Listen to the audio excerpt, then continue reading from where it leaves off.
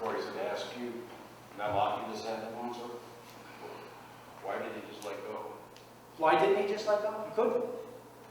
If your hand's in a certain position with enough friction on your wrist and fingers, you can't. Like, here, I'll give you an example. Everyone do this. I won't make the obvious joke. You push in here, okay? Now make a fist, push hard. Make a fist with the bottom hand. Hard to do, isn't it? Right? So in a certain position, you can't make a fist. Similarly, in a certain position, you can't undo your fist. Easily. Does that make sense? Would you try it on me just for a second so I can see it? Sure. I know you've heard it all. Okay, but do me a favor and slap when it hurts, because I don't want to hurt you. Hold on. Hold on tight. Good. Yeah, she didn't hold on. You weren't trying to attack. You were trying to say, I can get up. Yeah. So immediately, okay, like you get up. Okay, so maybe screw. All right, so if you had, no, he had a good grip, strong grip.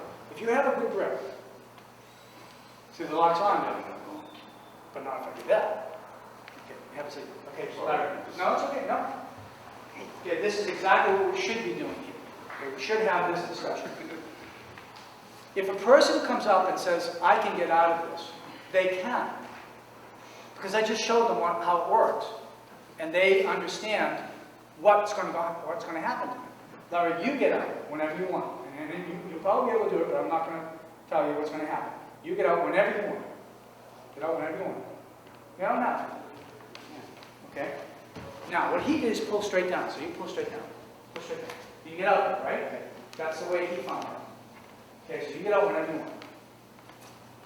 Okay, so now he knows the way out. He can get out. Okay, now, you get out whenever you want. Why didn't you get out? I didn't do the same thing.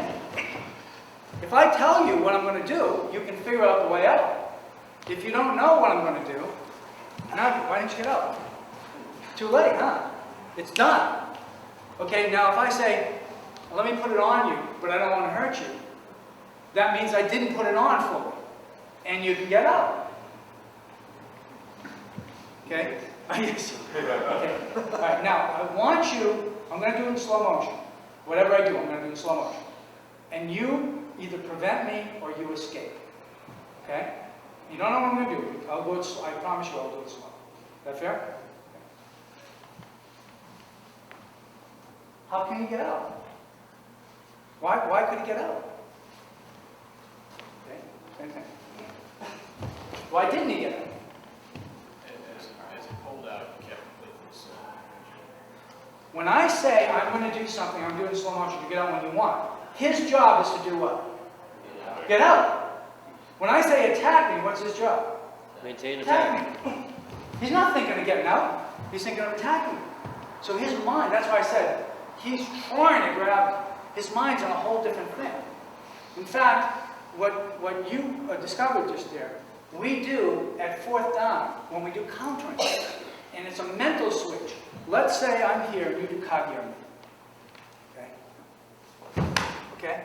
What we'll do is, I'm now training for fourth down. So we'll go, oh, I gotta change this. What I did is I changed the energy in my hand as you did. At the moment he locked on, because I recognized what he was going to do. And I changed it. Okay? But the guy on the street doesn't have that luxury. He doesn't know what you're going to do. Okay? Another example of this, thank you, and then I'll take another question. Another example of this is where Shiva, founder of Aikido, used to do a technique.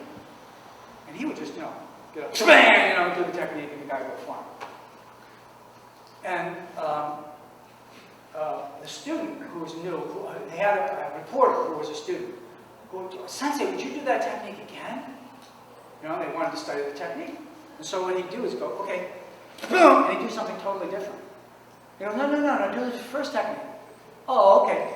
And have someone going, boom, and do something totally different. And he said, but I meant the first technique. I said, I just do what I do. I don't do what you want me to do. If I do what you want me to do, you can counter it. It's like saying this. I'm going to hit you with a number 1. Think you might be able to block it with your stick? Okay, I'm going to hit you with number 1. Ding! Different counting system. You went like this, you get your knees bashed because you didn't know it was coming. Okay, so it's a whole different thing. If you play, one of the disadvantages of Aikido is it's not a give and take art. It's not boxing. So that if you're sparring somebody and they're going like this and they don't commit, it's hard to use Aiki. Aiki is used on a committed attack. Larry, if you want. Let's say you grab my body, or anything, whatever you grab on. Okay, he is strong, okay? This cannot be an uncommitted attack if he is to grab you for the ring, right? Relax me for a second. If he were to do this symbolically, I think we all know I can get up. Right? Anybody can, because it's symbolic. If he really does it, get it strong enough. Got it? I give it up. Okay.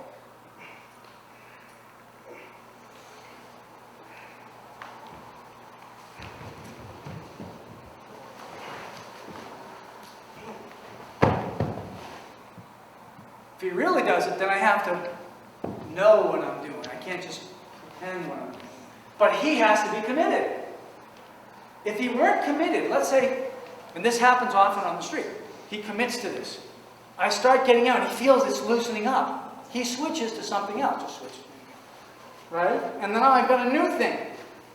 Now I've got to deal with this. But he's committed to this. So I get it, and I start loosening up, and he's not committed anymore. He starts changing to something else. Because he, as a fighter, realizes that if he keeps his commitment to that one thing, I might just get out. Isn't that what grappling's about?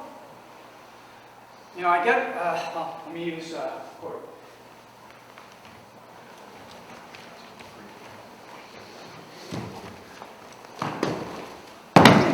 If I get him down, oops, sorry. I get him down like this. And we got a case of time. Okay, and then you just get out.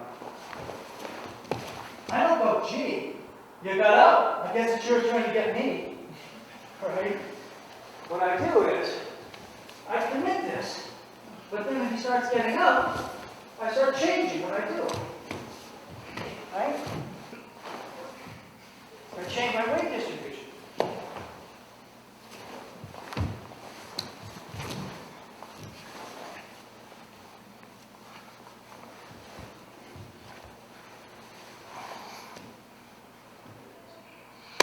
So what I've done is I change it 3 or 4 times, depending on what he does.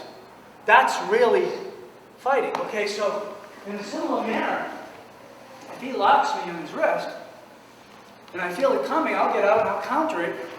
I'll do something else. When you learn, this is a good example. Let's say we're learning block, counter, strip with sticks. I don't know if you use those terms or whatever, but let's say, Corey, back over here. He does it again. Okay. Just give me a number. So he's got a stick, and I go like this. I block, right, and I counter, and then I strip the stick out. Okay, I'm sure you have something like that, right? Okay, that is an exercise that we have to learn in order to learn how to strip the stick. But it could have been that we went block, and he goes, oh, thanks. And he cuts right underneath. And my block counter strip is not there anymore because I never had anything to grab. I went, boom, uh-oh. Right? But does that mean you don't learn this? Or that this is invalid? No, it just means it's stages. You have to learn a solid thing in order to learn how to adapt. Okay? Thank you. Now, I want to address this one more time and I have one more question. The reason he doesn't let go on this is that given that he, theoretically, doesn't know what I'm going to do, once I've got this in this position, for his handshake and my handshake, can you let go? Now, if I do this, can you let go? Do it. Right? Because, again, if I don't want to hurt him, I have to do it part of the way and say, this is symbolic of that. Okay?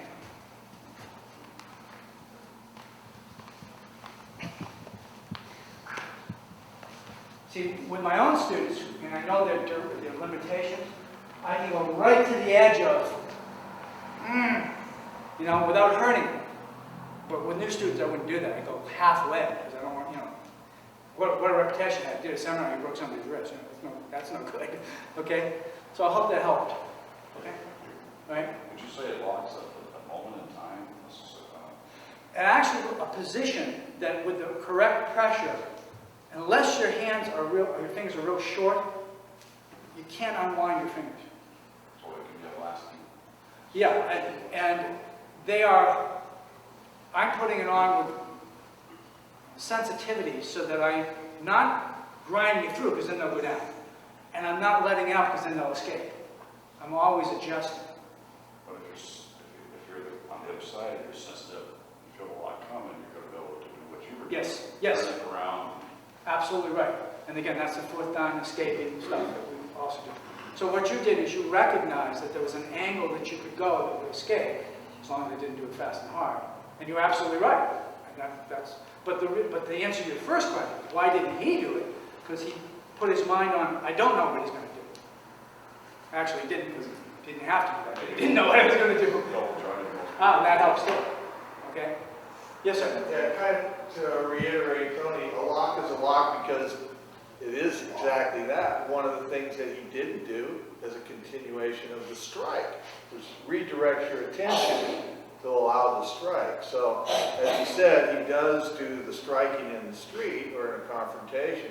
Here he's demonstrated a motion, and it's a transitional motion until that lock comes in effect. If you, as you would know, start to squirm, that's when a punch to the nose goes, oh, Absolutely. now you're in that lock. And that's why lock flow works so well, because you transition or squirm or worm. Professor Price says something unique in that regard. I didn't know I knew that, because you're responding to the energy and he's corresponding to counter your energy. So yeah, I mean, and there again, every lock has a counter, every counter has a counter. So. And also, you know, when you demonstrate techniques, you're not doing an interchange. You're doing a technique. It's frozen in time. So what happens is, if you're doing an interchange, if I start this, and he goes to escape, I'm doing something else. He's doing something, I'm doing something, until somebody has an advantage. Another question. Yes. I just offer a comment that it's one of the aspects that makes Aiki difficult, for me, in my experience, in learning, because to a certain degree, I would agree with you that it is a moment in time thing, and it also it involves the whole concept of starting in the learning process with a lot, exceptionally large amounts of cooperation, and then evolving to less cooperation. And it depends on where you are in that curve and what you and your partner are doing that makes it happen, that makes it work. And eventually, it gets to me, it's a very similar concept in karate where we do traps, where you can trap two arms, you know, the attackers both hands with one of yours for a second light, and it is for a moment. And half the time in those instances, they can get out, but they haven't figured it out yet. They will after you've already struck. So yeah, when you're practicing this, in order to get it to be real, you have to have a fully committed attack.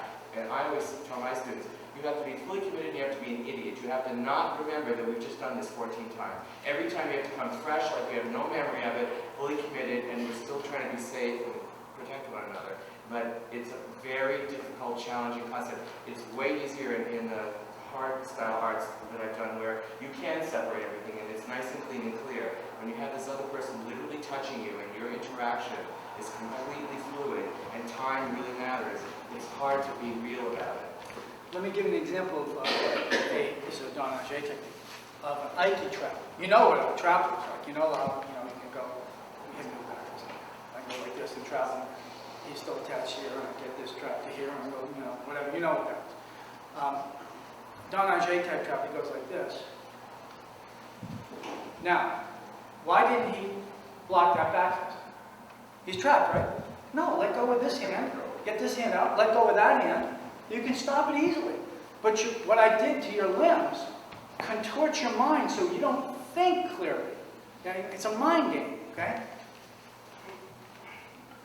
Or, sorry,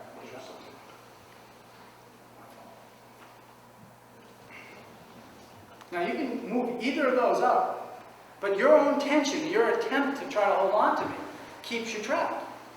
Okay? Stick traps do the same thing. Yes, sir. Just really quick, the word we often use is context. The context right now is you don't know. And if you take it out of context, assuming you do know, the encounter is possible. Okay, let's go to another question. Let's take a look. Do we have any more questions? We have time for one more. When you, as we call it, checking in when it's coming in, you cause a reaction. Yeah. Oh, yeah. What do you do to the guy that don't care? That you get hit, or you follow up. Yeah, because if a guy, okay, let me give you an example of, but this is true of all arts, I think, but especially Aikido. Aikido depends on sensitivity and reaction. If the guy is drunk, I'm not pointing, I shouldn't point to you when I'm saying that. If the guy is drunk, if he's on PCP, okay, if he's stupid, I mean, this is a big bowl, insensate in some way, just mentally or physically insensate, it doesn't work because there's no reaction to work. So you take his knee up. I mean, you just go, you do basic stuff. You know, go to roadhouse stuff, you know. Yeah. No matter how big the guy is, you take his knee up and he falls down, right? Because you're working subtle stuff, just real quick. We're assuming, and by the way, this is the difference between fighting a Cold War with Russia and fighting a Cold War with Iran. By the way, we're doing a hot war in Iraq, but it's a Cold War with Iran.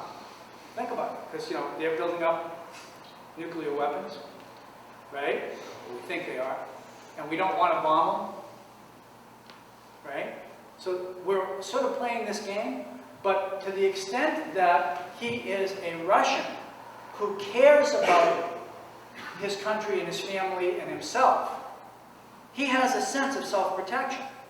So when I do this, he reacts. Now, if he is a terrorist who wants to die, he goes, I don't care what you do to me, and he doesn't react. Okay? So that's that big guy coming in like you who doesn't care. And he's the terrorist in essence. Okay? So I completely admit that that's true. And that's true, by the way, of anything but a real hard percussive part. In other words, if you hit him with a stick, you kick his leg, then you don't have to worry about his reaction. He's going to feel it. Because if he doesn't have a limb to stick, I'll give you a quick story here, and then just go to Datu. Years ago, Natick Dojo. This is, I go how long it is by what dojo I'm in. Natick, Massachusetts. This is in the 80s, right? I'm at the windows. There's bars here, the dojo mat over here. I'm looking outside. There's a police disturbance. Two police cars are in here. There's a man and a woman, kind of scruffy looking, being arrested by the cops. They had 2, 4, 6 cops taking this guy, put him over the hood of the car, get up, fight him. He was about this big. He was big, but he wasn't big. He was smaller than Datu, okay? And there were 6 cops, and the cops are all bigger than me. Well, not all. There were 2 of them who were bigger than me. The point is, there's 6 cops. They have batons. They got him over the hood of the car, and he's still getting up. The woman, his girlfriend, is going. And there's one policewoman on her arresting him. Now, we're saying, you know, what technique could he use? This guy feels nothing, right? Read in the paper that night that he had been on PCP. He didn't feel it, literally felt nothing, okay? She had been on PCP. In the jail, they put her in the house. She almost tore the bars off trying to get out because she had the reaction later than he, okay? And luckily, she was caged. You know, they had to keep her from hurting herself because she just didn't care. She went crazy. So in those cases, you better be happy you know martial arts beyond just one little thing. You know, beyond one art. You've got to know a whole array of things, in this case, stick or kick or whatever. So, I think kind of addressing something easy a little bit is, fact is, from the whole perspective, one of the key things is he's showing segment. Remember the emptiness that he creates by surging and evading to a negative energy point where he can really take advantage of a guy's balance. Aikido from the foundation is empty hand against weapon arts, a committed attack of here I am, but now I'm not. And so I think when you look at, and you try to break down anything, one technique or segment at a time, you only get that. But if you look at the whole perspective, then It's you hard to better do that understand. too. Yes, it's very hard. understandable that people have different perspectives on this, because you can't see the forest when you're looking at the tree. That's right. What does one letter mean when you're trying to write a sentence? If I show you one letter, what's he really trying to say? You know? You just Let me finish up by doing, with Larry and Jim and Corey, and let's try to do this. I know this is going to speed up, but let's just try to do this medium speed. We'll do freestyle attacking, yokoruchi, back fist, straight punch, whatever. And I'm going to try to use not a whole bunch of different techniques, but mostly avoidances and off balances to defend myself. Okay? There are times, by the way, where three guys will get me. You know, I lose. You know, because we try not to make it so that I'm the hero all the time. You know, I mean, if I'm good, I can get away most of the time. If I'm bad, I trip over their sneakers and their sandals. Hint.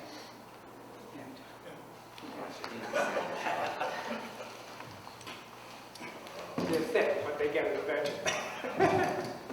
So let's just start easy and then we can build up.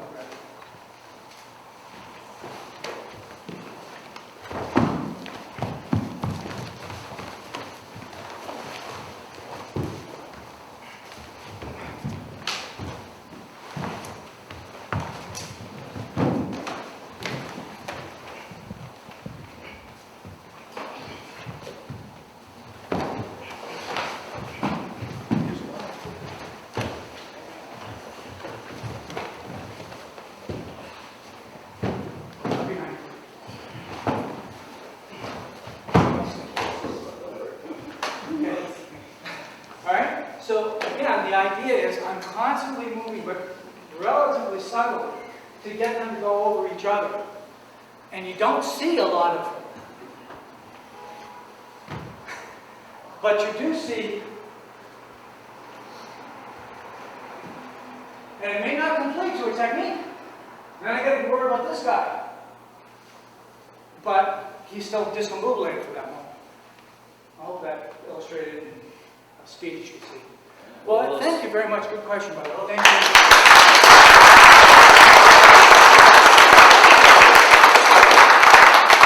Cool, that sounds pretty cool. Okay, we got a 10-minute break. There's juice or water and tea and coffee outside. I also want to make sure that you understand that we were having a fundraising raffle. One of the hawks are going out there. There's a non-lethal force kit of a travel wrench, the holster that goes with it, pepper spray, and a nylon sheath. There's a large war tack back there donated by Datu Kelly. Is that a melee? No, that's a blade tech. Blade tech, spider Mouse claws. skin. What's that? Mouse skin. Mouse skin. It looks about the size of a mouse. And we've got a couple of DVD sets. I'll donate a DVD set of Corey Benetoni's first. All right, we've got a couple of sets of Bridging hands. bridging hands from Datu Kelly's seminars that we did at the school down here in Tacoma. And one of the platform striking DVDs donated by Corey and Spokane Modern Annesi and Kale and all his production companies. So let's take 10 minutes real quick. Mr. Hoover will be up next for his paper presentation, and then away we go. Our conference, obviously, we're going to take the opportunity to present some of the papers that were written for the journal. And it's my pleasure to introduce to you George Hoover, Guru George Hoover. Guru Hoover is finishing his first decade in training in martial arts under the guidance of Kelly Worden, Grand Master of Natural Spirit International. Guru Hoover is currently a black belt in Natural Spirit Concepts and is certified instructor in personal self-defense tactics, certified by Datu Worden and endorsed by Roland Dantes. He was recently affirmed a lifelong member in the Brotherhood of the First Group Special Forces and awarded a framed certificate. He was also named a hero recently by the Red Cross for the volunteer work with the Special Forces and also awarded a certificate, which I think is just fantastic for recognition. Guru Hoover is deeply honored and humbled by the aforementioned certificates and awards as he should be. On his next birthday, Woo! Mr. Hoover will be 60 years old.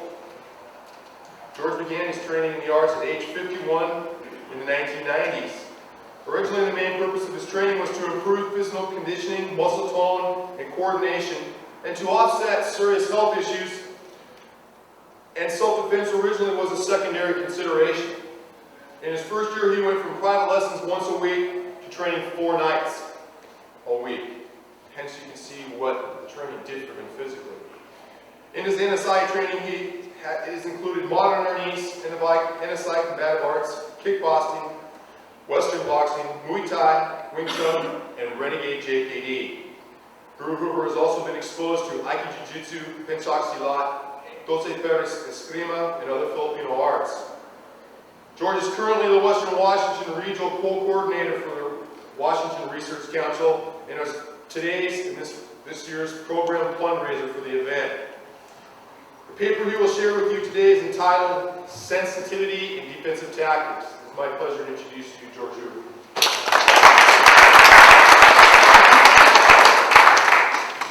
Thank you, Ken. I don't know where you found all that information, but, Post it on the website. oh. Okay, I made it up. thank you.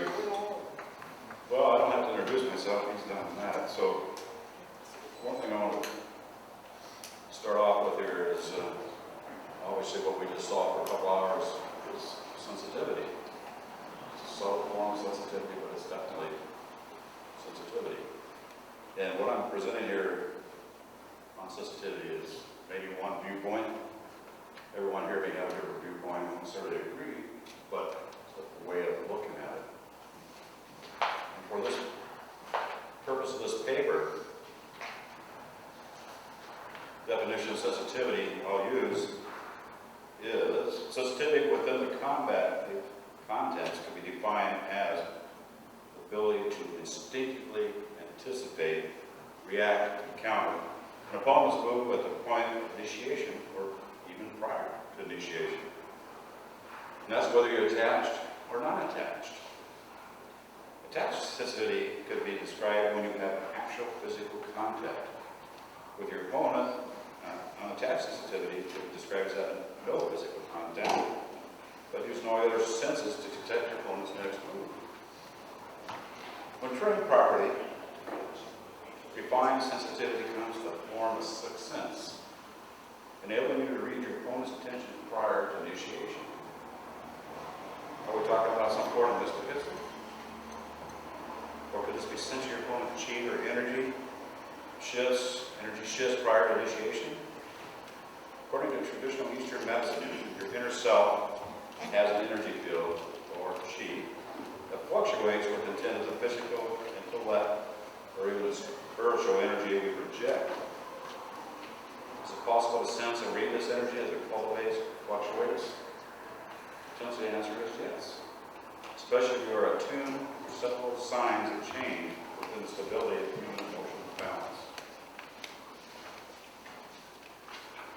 Okay, we'll go on to attached sensitivity. And that's when you have to make physical contact, or attached through touch, giving you a physical connection to your opponent that enables you to sense a slight quiver or change of energy that will potentially allow you to anticipate his attempt. Now, attached sensitivity can be enhanced through several different but related training techniques. And they're designed to stimulate a neuromuscular response to a given energy. One of those techniques is Chi Sao engagement. It's a drill extracted directly out of the heart or structure of the Chinese martial art Wing Chun. One form of Chi Sao is a sensitive attachment drill with hands and arms engaged, attached between two people moving and rotating in a circular fashion as if holding a ball. The mobile hand postures are similar in position, yet dissimilar in regards to the intent of the motion rotating a basketball between your hands.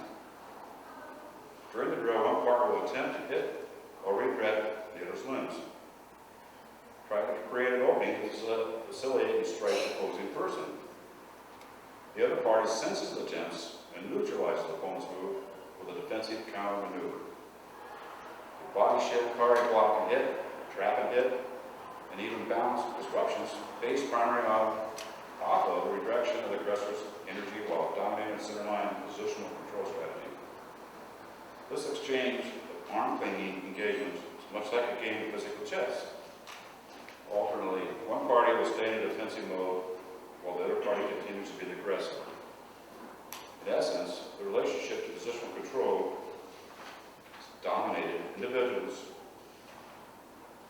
by the individual with the greatest degree of sensitivity, speed, and neuromuscular response to react to verbal stimulus of pressure or touch. So, quickly we'll have a little demonstration on what she-style looks like, and we begin, and Guro will come up.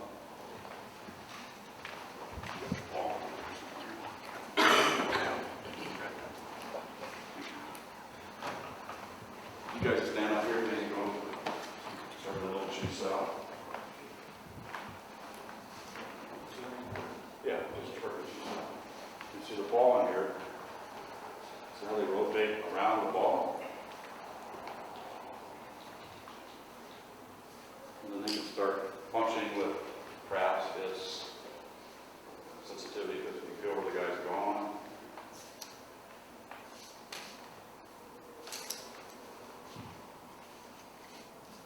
So this is a form of learning, enhancing your sensitivity. I think everybody's got a picture on that. Thank you. Can I give him a hand?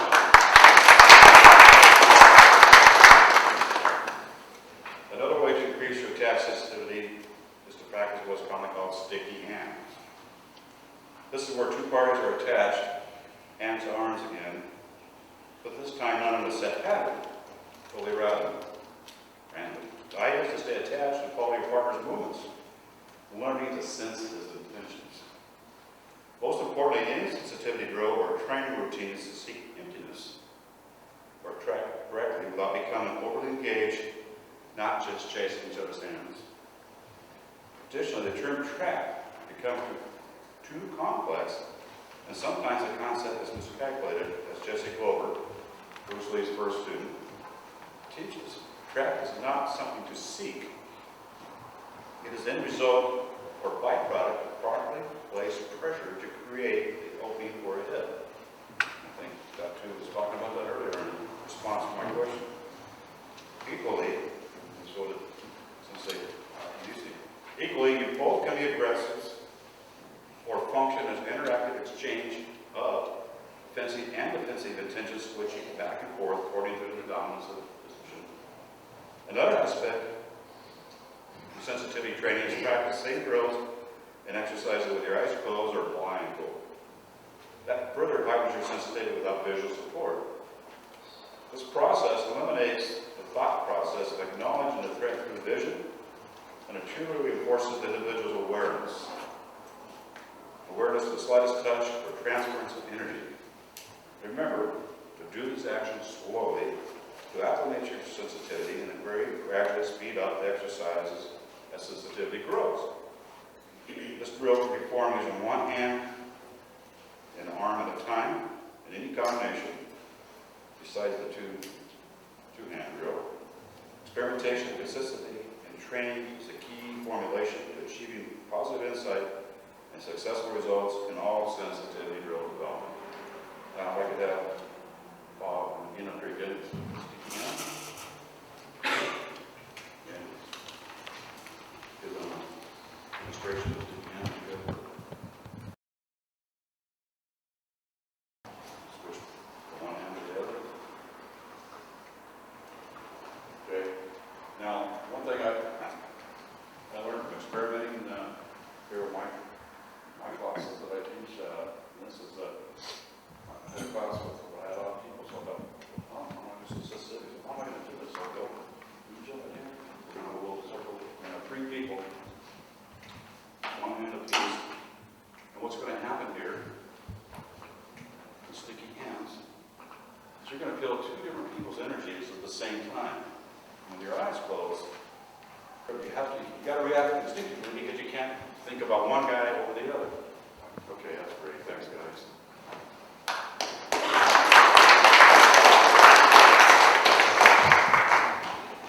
To stimulate personal growth without a partner, utilize a solo training sensitivity. Take a basketball between both your hands.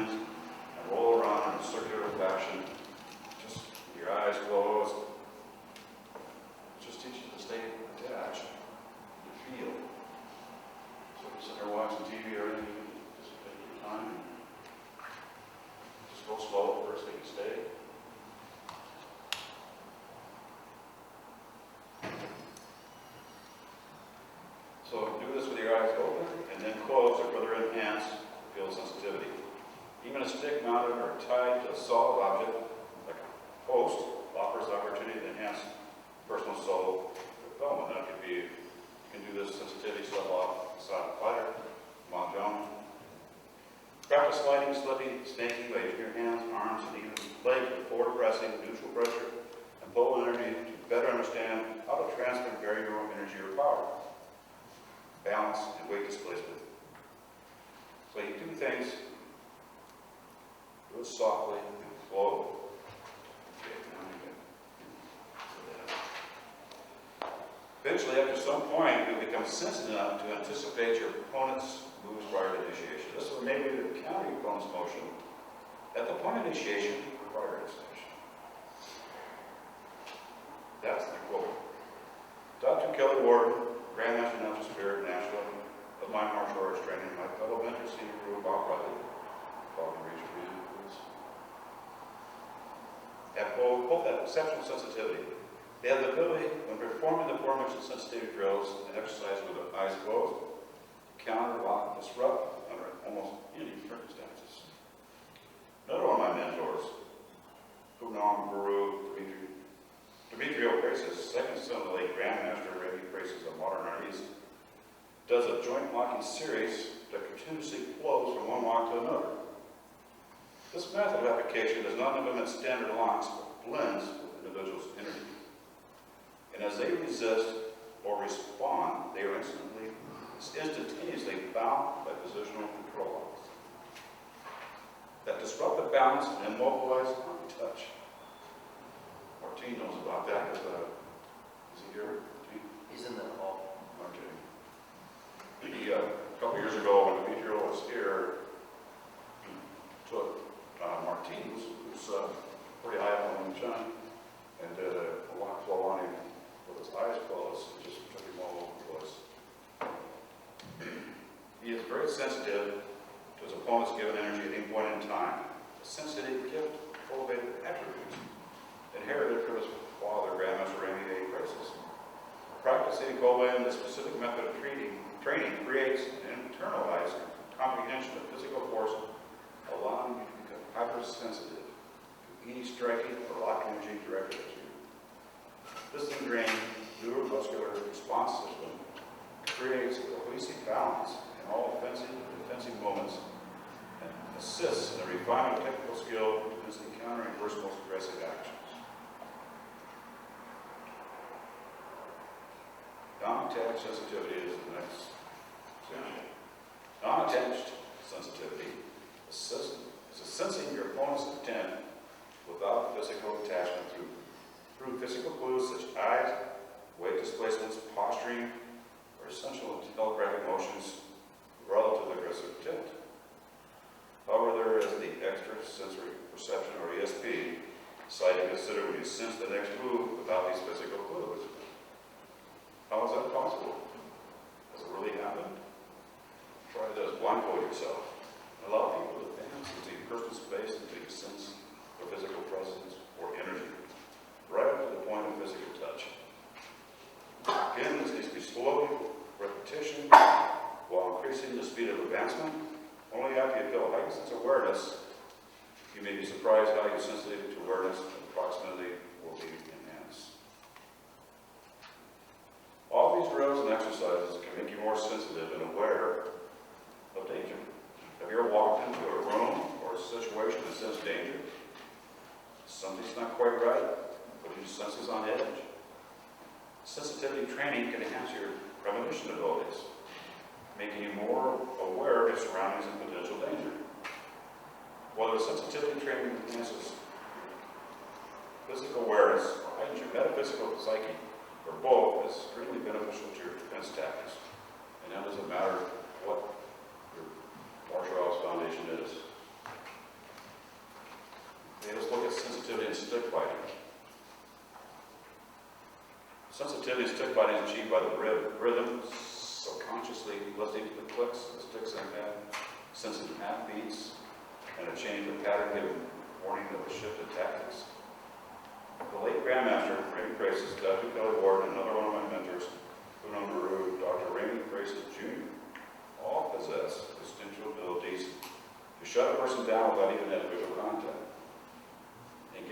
specific stick drill, sometimes called tappy, each master developed a sensitivity to close a gap and disarm the opponent or counter lock attempts without even looking at the opponent.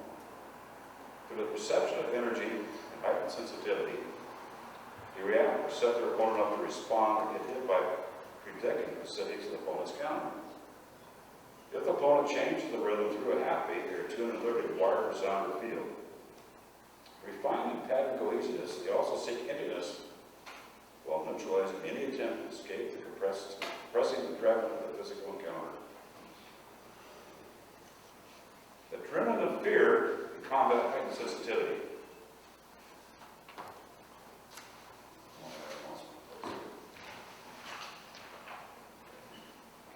Adrenaline fear in combat heightened sensitivity, partially due to focusing narrowly on your opponent.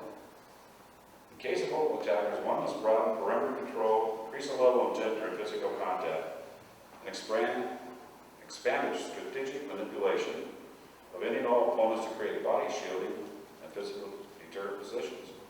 This is merely one aspect of escape and evasion methods that should be processed prior to such conflicts occurring. But by no means, do not only focus on one opponent at a time. Push, post, right, and evade while seeking to use anyone's energy or physically come into contact with. Creating space and distance through manipulation and outbalances aggressors. Now, you saw all that example since I had DC a while ago with 3 or 4 guys on him. You never let anybody get behind you. Use somebody to shield him from everybody else. And that's a classic example. I'd like to do a couple demonstrations with Bob McCluskey. Okay, so you got the clips going.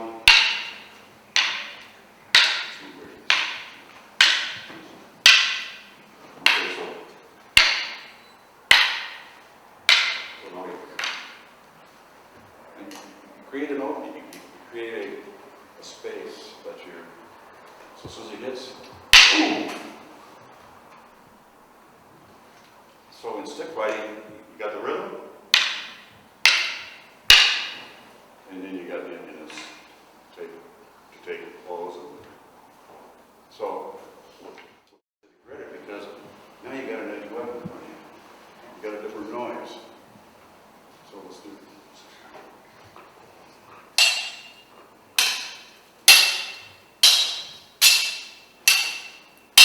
So you can see that sound, and I'm telling you what. Both of them are more aware of what's happening right now than what was stick. So, again, you got to create a spot to do something about it. So he's over the head. And he senses it, you know I'm coming in. So he grabs it right away. Okay, so, and come in and clip. So I got him to do something. Come in here. Okay, so I already knew he was going to do that. Look, I can just cut. So I predicted what he's going to do. Now I created an opportunity to in the competition. Do you understand what I'm trying to say?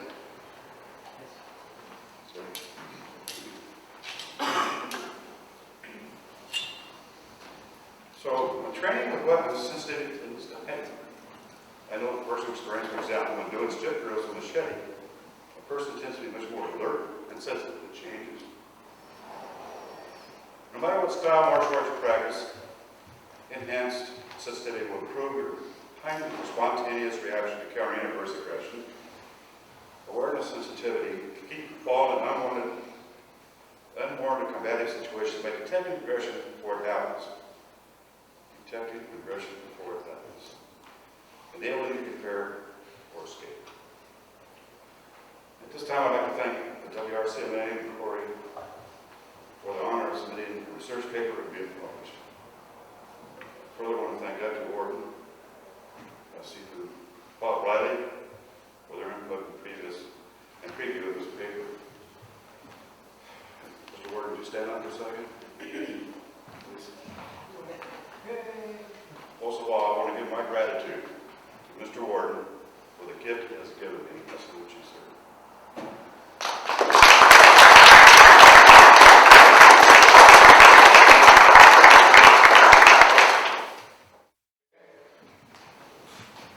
Right now, it's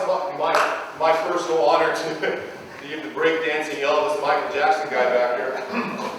Datu Kelly Worden to introduce him. Datu Kelly S. Worden proclaimed by Professor Remy Braces as the first American Datu, which means warrior chieftain, and senior blade master in modern Annesi, is one of the most sought-after martial arts instructors worldwide.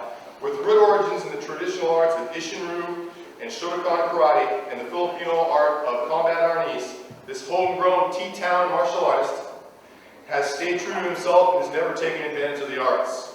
He has over 30 years martial arts and experience and the author of over 20 international acclaimed instructional videos. Datu Worden's curriculum covers single-stick modern Annesi, close quarter kali, double-stick eskrima, kuntao, trapping, combat knife, double knife, sabat, staff, defensive tactics, renegade JKD, and much, much more. As the former weapons editor for Full Contact and Fighting Knife magazines, Datu Worden has been the author of numerous articles on reality-based self-defense and weapons training. He is the designer of the WRCMA knife, the travel wrench, and the designer builder of the Silent Fighter, a personal training tool in the mold of a Mook Jong and Wing Chun dummy, but with many more possibilities. Most recently, Datu Worden was recognized as Grand Master of Natural Spirit International by Annesi, Philippines, the Philippine government's controlling body of that art. This is a monumental event in that a person from outside the country, culture, and ethnic origin is honored with such a distinction for his timeless effort and contributions to further Annesi, the efforts of his teachers, and the indigenous arts of the Philippine Islands. Datu Worden's Water and Steel Camp, also known as Warrior Retreat, has been a landmark event in that it has been run non-stop for 24 years and is now one of the most attended camps in North America. 2 years ago, a group picture was taken of 70 people at that camp, and then an instructor's photo of 60 people, and they weren't all NSI black belts. That's the beauty of Datu's NSI. It transcends barriers and helps bring people together, which then allows you to connect the systems. Datu Worden has been my instructor, mentor, corner man, a couple times, and friend for over 15 years. He has introduced me to countless leaders in the arts and continues to this day to inspire me to do my own work. To be the martial artist I am meant to be and not someone's knockoff clone. He has brought me into his family, shared his dreams, thoughts of life in the arts, and given me some huge opportunities to share my work. Thanks, Datu. I introduce you to my friend and instructor, Datu Kelly S. Worden.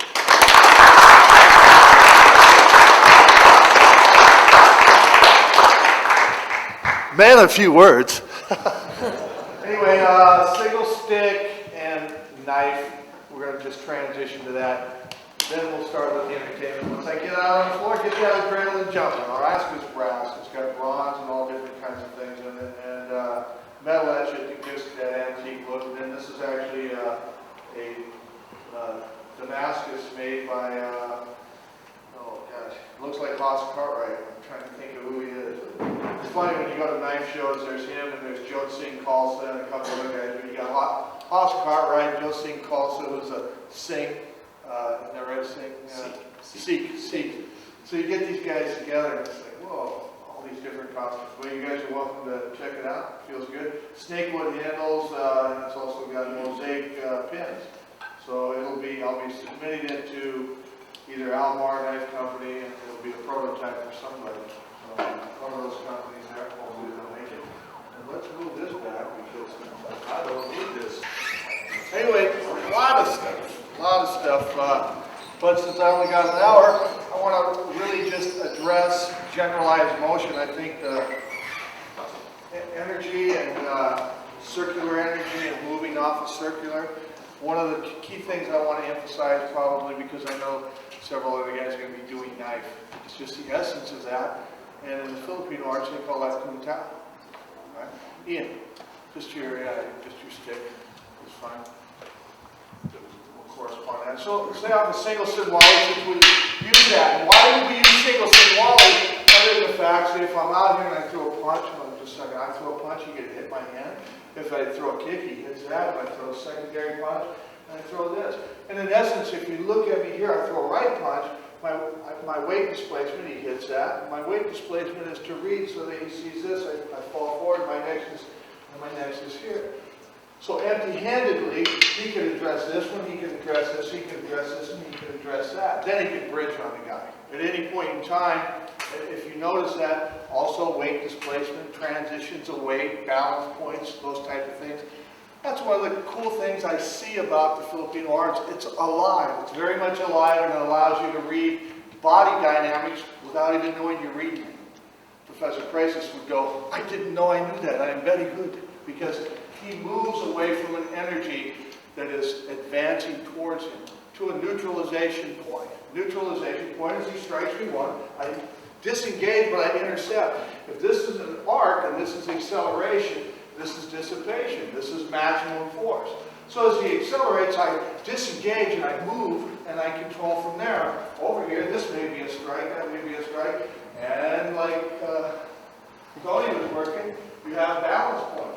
As I work off of this balance point here, and I move my strike, he could pick up his left, and it's right there. That is where I would apply my lock.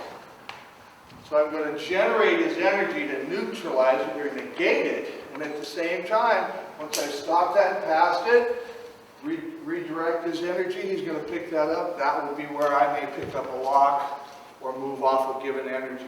If I have to go to a step, a bump, a sweep, a stomp, go in here and get to the next lock, move in through, down in a pressure point or a nerve strike, that type of thing. So it's a good art for manipulation. And there again, ideally, same thing comes. He goes with the stick, I hit. He's going to do what? Fade away to what? A back stance. Makes his hand weak here. As I pass, I cut, I position, I control. He throws to the spin. I manipulate that cut. I'm right back in here. Dynamic, dynamic, dynamic. So the motions, in essence, allow you to use the weapon to create body mobility. I think that's a key factor. If you notice, one of the neat things that Tony was doing was maintaining his mobility, not staying base. One of the things, if he's stronger than me, and I just redirect him and allow that energy. As he's stronger than me, I disengage it. I control it from there. As he's pushing against it, I redirect it. I'm using very little. As he pushes that energy through again, that leg comes up, I'm right here. Allows me to disengage that, go to this arcade hit, stomp, twist cat, dragon, twist monkey. Right? Each one of those probably has a logic and a reason. Oh, man, this stuff falling out. The beauty of it is, it just allows you to start harmoniously tying or connecting karate to knife, kung fu. There's a lot of motions that correspond, a lot of motions that have been lost in time. All right. So first one we're going to work on the single sawali. We'll take things off of one, hit to the pass. Always a hit. There's always a throw. There's always a counter. Okay. Everything has a counter depending on the energy that I stop. If I hit single sawali, hit the roof. If I draw his energy in, he's going to do what? Punch me. See, so I have to hit him there. This corresponds. That's a lock. This is a break. This moves in, take, and there's your hit. I think it's real important to take we'll get to Cheyennes later. I think that's a key point. Sends it back home. They don't want to hit you. They want to move. I take that strike here as he goes for his punch. I'm right inside. There's a hit back there. This is a lock. This moves in. This allows me to control or maneuver. So I think that's the beauty of it. He strikes one. I go here. Punches. There it is. See, it's right there. Disengage. Take out the wheels and tires. It's kind of an important aspect of it. So roof, shielding, striking. I go destroy a live weapon, but I pass that. He returns it. I'm right here. He punches. I'm back. I'm back where I wanted to be. Very classical lines there. This moves him in. This allows me to lock, frisk him, do that Cheyenne I was promising earlier. Right? building his gym, so craftsmanship isn't one of his key points. He's a better Annesi player than he is a builder. Anyway, let's take off the roof here. 1, you're going to go to the pass. This allows us to go to 1, goes to 2, lock in 3, pass back through. You got this, body dynamics, twist, single leg takedown with an upper body bump. A lot of motions on that. The pass here, through here, dynamics come through. You got the foot trap. There again, there's body bumps. As you bump, come back. See, as you bump, you might be able to just pick that leg up and catch that ankle. And oscillate the nerve here by cranking. Again, I often say locks and controls are for witnesses and brother-in-laws. Everybody else, you just want to snag something and give it hell, that type of thing. Okay. So let's take the roof and pass right to here. From here we go into the body with a bump like that. Remember to let go of that foot when you take his balance. If you look at the striking line here, as you pass, you really are just going into here. It really is just either a bump there or a very subtle bump. And there again, if you have your strikes, you can see where he's going to respond and move away from it and create the throw himself. All you're doing is bridging the distance. Okay, so roof, hit, pass. There again, at any point in time, all these strikes, pushes, leg presses, those type of things. That same motion off the knife is roofing and cutting, and he's going to do what? He's going to move away from that. Maliciously, I don't necessarily want to be all based off a knife. I want the motions to be able to duplicate that. Take advantage of it so that he can continue his attack. So we're going to go roof, hit, and pass. We'll build from that. Roof, hit, and pass. Roof, hit, and pass. If you look at that, rising block, inside block, down block, forward pressure bump. Roof block, inside Kalate block, down block, and pass. But it just seems more fluid when you do it through the stick. Pari check, pass. Pari check, pass. Roof for a stick, empty hand, like that. Everything has form. A lot of time it was Bruce Lee who said, form has no value. So people went, form has no value. Bruce said so. Bruce said that because all his students at that time were Kempo players and they were so form orientated, they lost all their natural mobility. And all they could do is analyze form but not respond and do things instinctively. So form had no value for them. When he taught Jesse Glover, Ed Hart, Leo Garcia, who were boxers or judo players, he taught them form so they could understand how to analyze motion. So form has no value if you're bound by it, but if you want to teach or analyze structure, the only way you can do that is through comprehending what form is, and then expanding it from there. What's up with that? What? Okay, let's go. Like this, roof, hit, pass. First line, second line, third line, fourth line. All off like that, okay? Do it. Yes, sir. And rhythms and drills. So Steve, you got your leg? Yes. Just go stick, it doesn't matter. You do it. Okay, so knife to stick, this time what I'm going to do is zone off and intercept that. And go here, as I move in, you can see the motion there, or just cut the bicep and come back out. Everywhere he goes, he's dropping into energy. See, I hit like that, pass. This is a cut. See, everything correlates to gain. Intercept and do what? He fades away. Where's his strength in his arm? Come forward. Hold your arm steady. Push up. You got strength there. Now watch as I fade his. And so if I can direct his energy to a back stance or a back position by what? Fear. See? Now as I cut that, he falls in, because if I cut this or stab it, he's going to do what? He's going to fall right into that. So by correlating that idea is, he's going to fall right into that. This is going to drop. As I push the upper body, I draw the lower base. So for the knife line, we're going to cut and check because we're not going to do a roof. Not that you can't, but just cut and check. Now do your position. As you move in, stab to the pec, stab to the shoulder, stab to the arm. Bump your forward pressure here.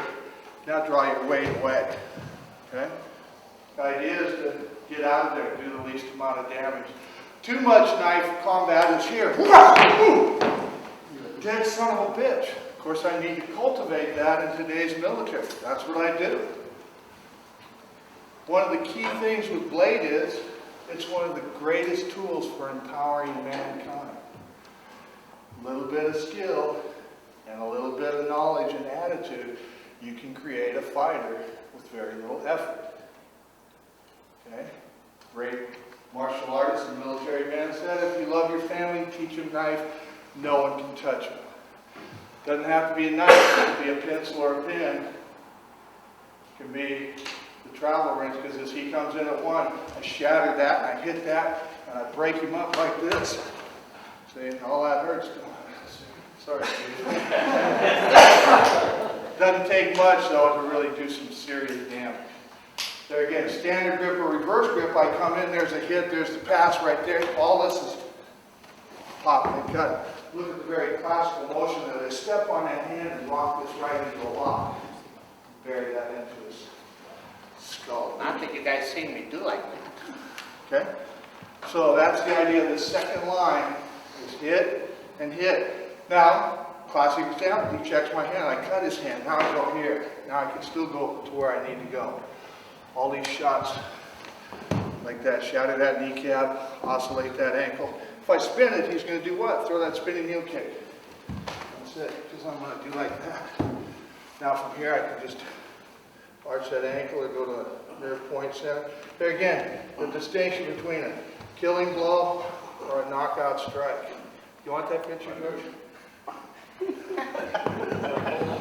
Oh, you get that one. Is that your good ankle or your bad ankle?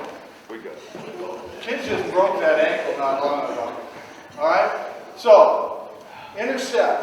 Anything that's accelerating, remember we already addressed this, acceleration of force, deceleration, full 100% impact. So I'm intercepting. If I intercept, it does what? He's advancing. He can't run away because he's got to meet it. Then he's got to comprehend it or feel it and react to it. He's got to get out of it. That's why passing happens. Because if he hits us and it's a hot coal, he's going to do what? He's going to run away from it. I'm going to insert. I'm going to retract. I'm going to hit. See, from there I'm in a position here. Now I can walk right to the ground. A lot of cool stuff when you just look at the dynamics. But we hit acceleration, intimidation, or deterrence. It could be no different than this. Now as I go here, boom, bang, boom, whack. See? Just treating him like the bitch he is. Alright, so 1, 2, pass. But see, you can do these hits compared to going to here. So how can they say you didn't decelerate your intent? You can demonstrate you could accelerate it to a higher level of lethal force. But at the same time, you can also demonstrate how you neutralized and deterred his attack by what? Wood seeks bone, steel seeks flesh. I'm seeking bone, I'm seeking bone, I'm seeking bone. I could have easily sought flesh. Okay, so twist of the wrist allows you to decelerate that. Right there. And you could have stuck it in his throat the first time. Okay, so let's do that. 1, 2. If you look, this is all you cooped out. Okay. Let's do it like that. Let's not be close to it. Because as I come in here, I'm sinking. So everything I do is spring up. And I'm so upset because they look at me. I think I'm, you know,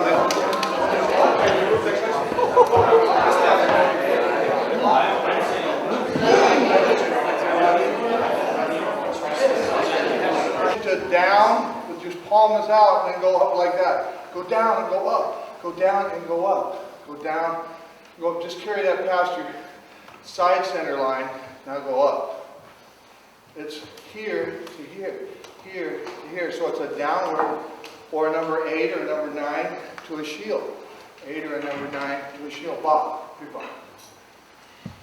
So if big son of a bitch, there's no question about that. So biggest son of a bitches take a lot more beat to hit and penetrate and so on and so forth. So he strikes me one, I go in and I hit and I pass. Well, that little bitch slap to the side didn't hurt him, so he's going to go puño to my head. And I got to go right to here. So you see, I'm like that. In classical sword or classical stick is really like this. Okay? So if you see this go and pass, see, I'm already here. I'm already here. So I'm doing this as a shielding line here, right into here. See? I'm seeking this live hand. As I seek that head, I seek that. If this punch comes through, I just engage that. See, boom! Right there, boom! See? Take this big motherfucker right against your shin. How do you slow down a freight train? Take it off the tracks. Alright? Okay, so we're here and we hit that hand. Wood seeks bone, so I'm not going to just seek this flesh. And to avoid that left hand, so in essence, I got to go here, but I got to be over here. See, boom, that's already right there. That's already right there. That's already right there. A lot of body contouring. If you look at that, I go here and I pass, I'm here like this. This is a bong set. Yeah, bang, headbutt. Foot trap, because his ankles ain't going to hold that weight. And I just bump him subtly. Okay. So it's very smooth in that regard. Pass, I'm over here. Oh, sorry. And then again, that answers George's question of when does a lock become a lock? When you're tired of hitting the son of a bitch. Because ideally, in a court of law, would they argue with me? This whole great guy, because I'd be walking like this when I get in there. Would they argue with me if I had to face him? But there again, there's the value of passing, moving. See, see right there. You bring his hand up to block. That's when you're going to get a finger lock and transition that to the secondary lock. But go back to the stick. Okay, so we're going to hit that and move over here so that we're already right there. Now, if I can't intercept that with that, I intercept it with here. See, now where are we here? Just like that. See? You make that throw complete. So you're breaking down the joints at the junctions. Okay, so pass, but move over here so that you have more room. Bang, boom! That would be one flying homie.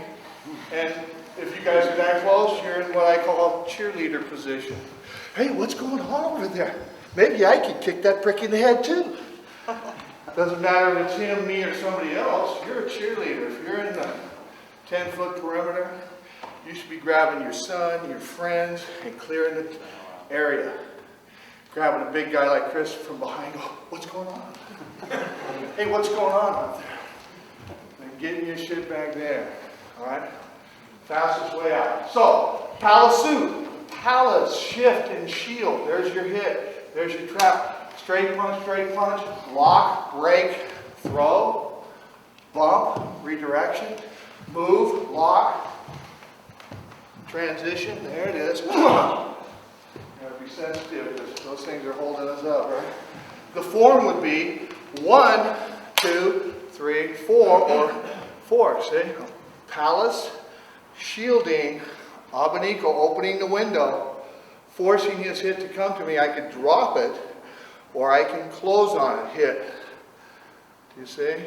And sometimes the only way to learn form is to go 1, 2, 1, 2. Oh, okay. 1, 2, 3. There's that window. There's that insert. See, off the blade, it's 1, 2, slash, trap, insert, cut that leg.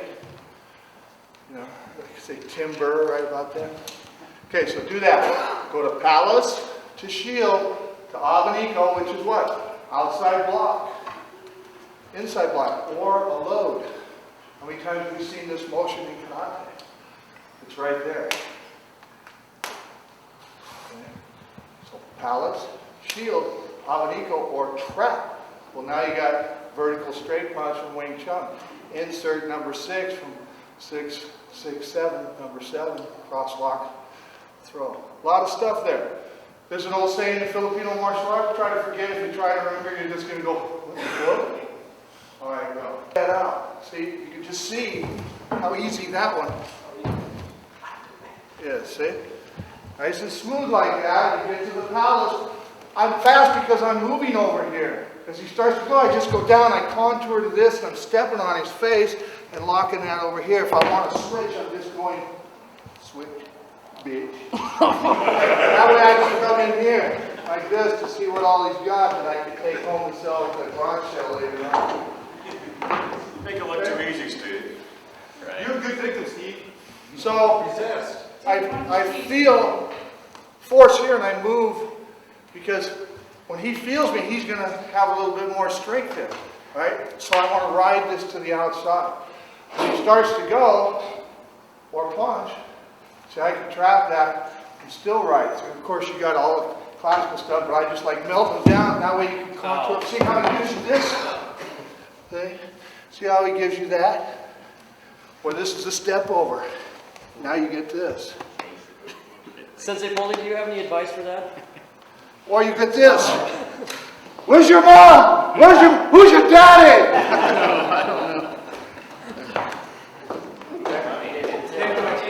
Money, I'm making money. Crisis would be bringing everybody out and get the change. Right like that.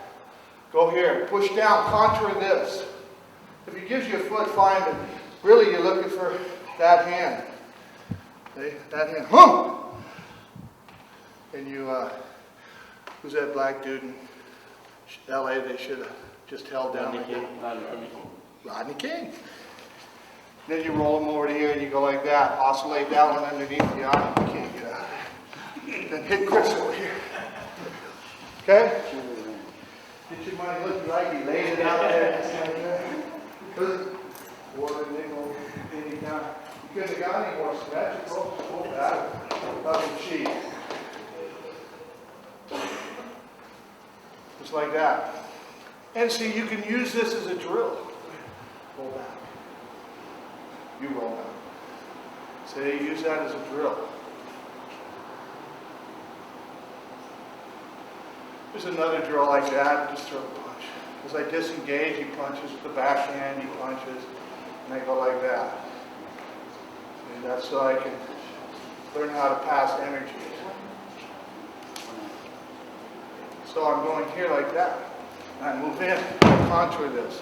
That foot trap doesn't hurt.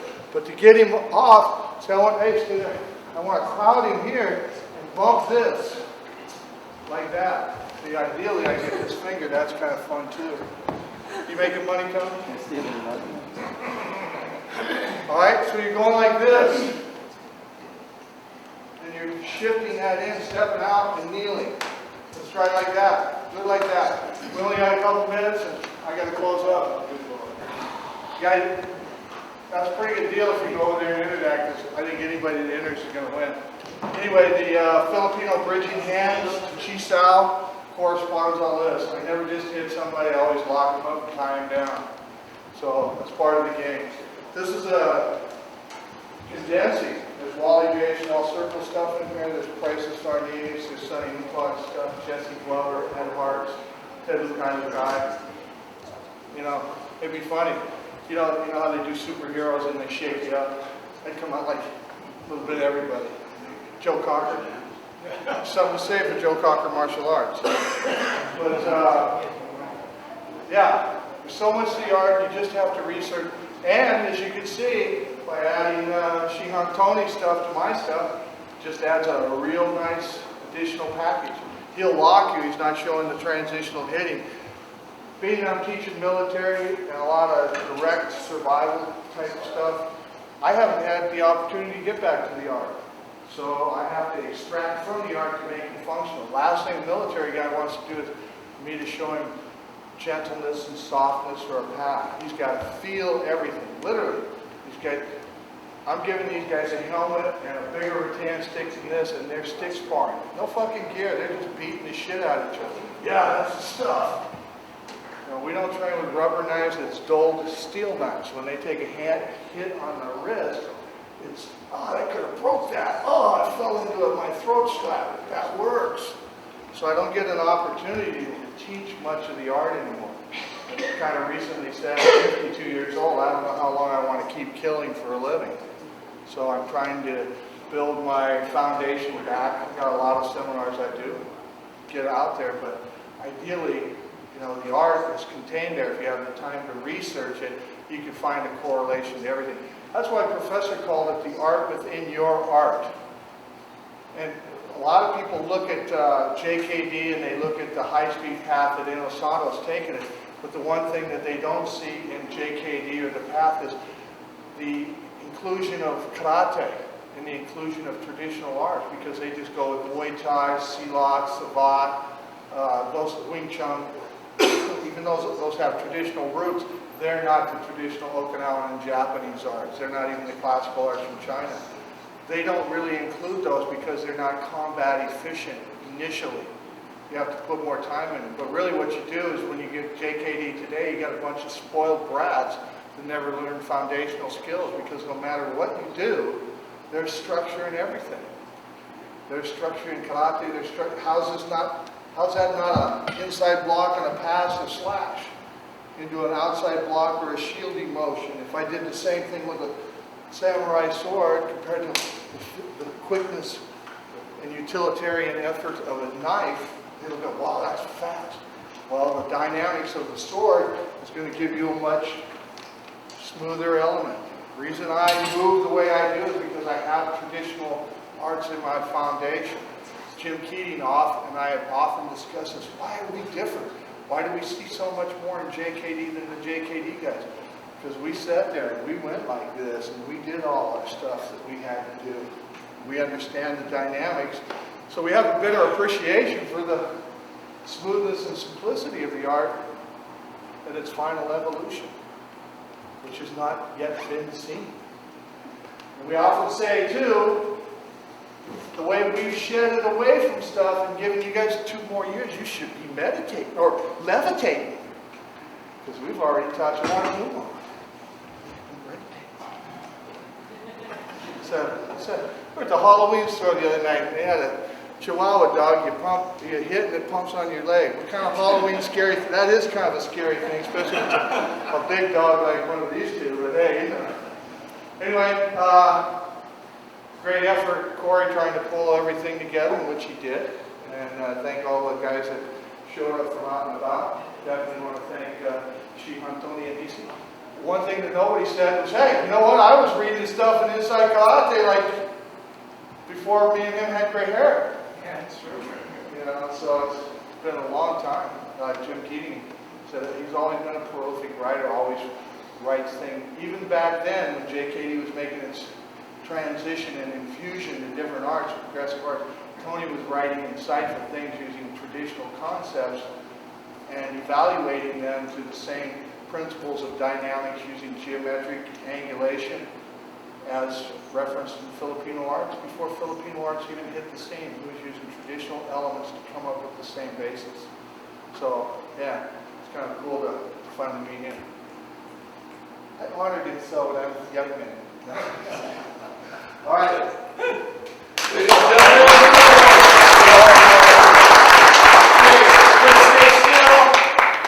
Martine, did you buy any tickets? Come on in, young man. Okay, first drawing. First drawing is for the mouse skinner. Oh, yeah. Okay. Our next instructor is Guro Eastman from Ellensburg, Washington. Guro has been training and teaching for over 13 years. He is trained in Taekwondo, kickboxing, wrestling, Filipino, and American martial arts. His Filipino and European American arts background in stick fighting, Asian blade work, American bowling, and their empty hand applications are from contact instructed directly by Master at Arms James A. Keating. Guro is also an instructor in conceptual motion martial arts under Kurt Schuchman of Yakima, Washington, which is just wonderful. He currently teaches for Central Washington University. He's doing martial arts PE classes and teaches at his own school in Ellensburg, which is a nice little unit you have up there upstairs. Pretty cool. He's recently reviewed with the highest marks of the College Physical Education Department in his class of evaluation by the CSU or CWU student body. Let me say that again. Sean recently was reviewed by the student peers at the college, and out of all the people that teach within the physical education program, Sean's class received the highest remarks and the highest grade, which I think is just fantastic.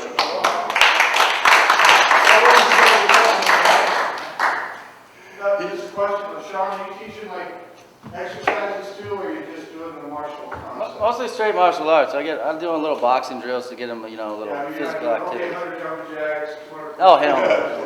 Okay. No, he is. You go to the gym and do that. Although that could come next time. He has done group self-defense seminars and security work at events in the Eastern Washington area. Also having just completed another successful counter-blade program this past weekend at his school there in Ellensburg. We'll talk about that. We'll know a little more about it. Sean has been a guest instructor at the world-famous Riddle of Steel, Anesi and Hells Canyon National Recreation Area, hosted by Mr. Keating. He is very knowledgeable in the use of the Bowie and the Asian blade. Sean has been an acquaintance, a friend of mine, for 5 years now, I think. We've had much time to share ideas and share those beliefs in the warrior arts. I find his methods to be both sound in technique and physical ability, and I'm honored to have him here to share with the group. I'd also like to introduce his son, Barack, who's going to be his main assistant today. So if we can all take a moment to give Sean a round of applause. Introduce to you, Sean Eastman. I don't know if I'm as dynamic as Mr. Worden over there, but anyhow, what we're gonna be doing is, first of all, thanks, Ken. You're welcome. I'm not real good on politeness, but thanks anyhow for all that. What we're gonna be doing is a drill called knife tapping. I don't know how many of you are familiar with this. It's from the Keating Cursus system of Crowley. It's taught to me from James Keating. Does everybody have a training knife? Okay, if you don't have one, I have several other ones because I want to make this a hands-on demonstration, okay? First thing we're going to do, Tony, if you can come out here, please. This is Tony Egan, okay? Basically, 5, 6, 7. We're going to start with 5. Knife tapping is, I'll deliver a 5, tap, just like that, okay? Make this nice, okay? It doesn't take very long with this before your other guy doesn't really want to do this with you, okay? This is all we're doing, straight thrust. You know, this could be higher, but we're going for the ladder right now. So, just like this. Trying to shift our feet backwards, trying to get your checking hand back up here.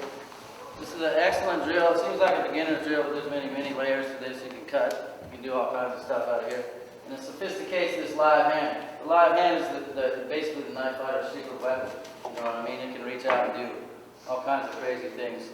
I'm really left-handed, but my right hand does wonderful things that surprises me sometimes, and I think it's because of all these sophisticated drills.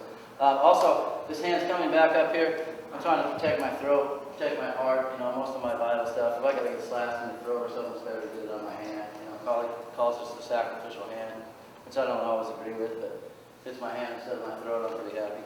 So, first thing I want you guys to do is get a knife, get a partner. So, just like this. Straight thrust. Be nice to each other, like this knife, or get a metal knife and ram it in the bladder, or even worse, the groin. It hurts a lot, okay? So, if you guys can get a knife with each other, grab a partner, start doing some tapping here. As soon as you get this one down, okay, what we're going to end up doing here is the Filipino crescent triangle, which is basically a 5, 6, and a 7. We're training this, is going to go into the shoulder in real life, stick it in your eye, or karate triangle, one of the two. Do not let somebody stick at your eyes in training, okay? I've had several people try to put knives in my eyes, and it's not real cool. So, be down here like this. The next line we're going to do is called a 6, okay? What it is, it's a descending diagonal downwards, just like this. For training, stick it right at the shoulder. Don't stick your knife in his throat, don't stick your knife in his eye. Don't be stupid, okay? One training knife in the eye, you don't have a fucking eye anymore, excuse my language, okay? But I've had my eyes cut at least 4 times, and it's not fun, okay? So, bang. What he's going to do is tap with the back of his arm, okay? Okay, just like that. You can't catch this, okay, but for right now I'm trying to use the back of my arm. I don't want to pull back and cut my flexor tendons, anything like that, okay? So, you got about 2/3 of thrust and triangle, okay? This doesn't have to stay up here. You can drop down here, get up, get down. Okay, doesn't really matter. Got stuck in here. All right, that's 5. That's a 6.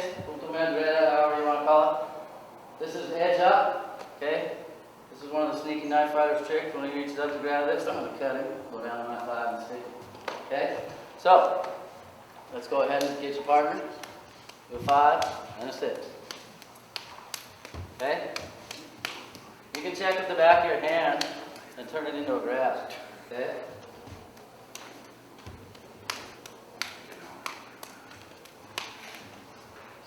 Six. Grab, give him a slam, stick it. Okay? If he checks your knife, cut his bicep, come around. And, okay? So let's try that. 5 and a 6, alright? And just like that. Complete Filipino thrusting triangle. 5, 6. Now the 7's over here, okay? Punto reversa. Nails up, however the hell you want to say it. It doesn't really matter to me. Okay? Just like that.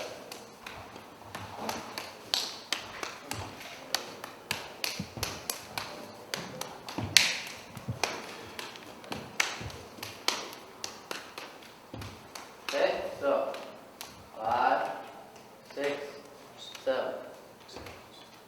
Okay, 7's just getting checked right there. Okay, it's typically better if you get up on the humerus. Okay, but sometimes it's just too fast and he's going to hit over here.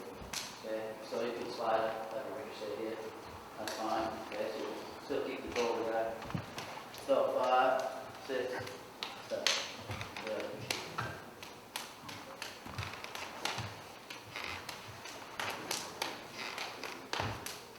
Okay, got it. Good. Good shot. What do you go with? That was awesome.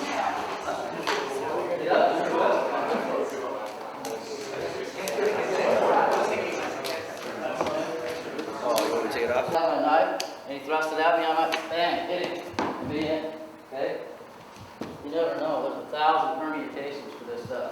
So, don't just see this as some stupid flow drill. There's a lot of good stuff out of here, okay? You can do all kinds of things. So, next thing I want you to do, you cannot cut every line. If you try and cut this line, and try and cut this line, and try and cut this line, you're out of time, okay? It's not going to work. It's going to look real screwed up, real sloppy. So out of here, you just bang, bang. Okay, I just cut it. Cut it again. Cut it again. Cut it again. Okay, it's good stuff. You know, we can work grabbing people, kicking them, sticking them, all kinds of stuff. All right, so you can get all kinds of things out of here. You can work grabbing, going to arm bars, all kinds of stuff. So, let's go ahead and get your partner. Try and cut him. Okay, if you have a metal knife, you better be careful, because you're going to go, take! And they're probably going to be done. Okay, but that's a good indication you just cut your arm. All right? Good. So, out of this, try a little finger action.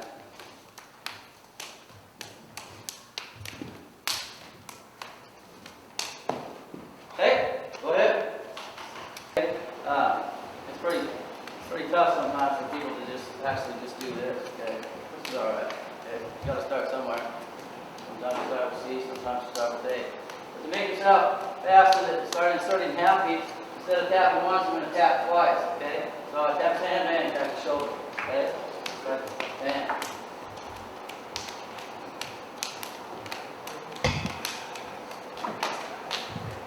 That wasn't much of a tap, let's tap and slide. Okay? It just gets your hand a lot faster for happy.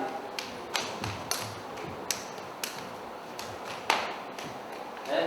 Go out of this. Double tap. Double tap. Double tap. Double tap. Okay? And just try that. And your sophistication of this hand will get a lot higher, okay? I know some people think this is a stupid drill, you know, I mean, you can take what you want, it doesn't matter to me. But I'm telling you, you can build some good attributes. Like he was talking about in the paper earlier. Attributes are what separate good fighters from great fighters. Okay? Be careful though when you do this. I think to have people tap here, bang. Okay? You're going to protect my whole eye, hold my eyes shut, all kinds of stuff. Be careful when you're doing this with people. You have metal knives, wooden knives. Do you really stick somebody?